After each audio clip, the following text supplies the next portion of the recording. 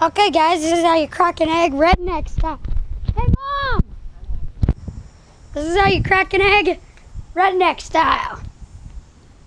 No.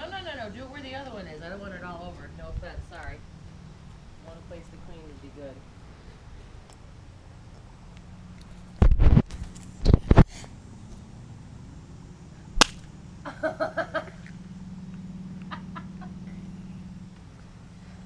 Here it goes. Clean it up. And that's how you crack an egg redneck style.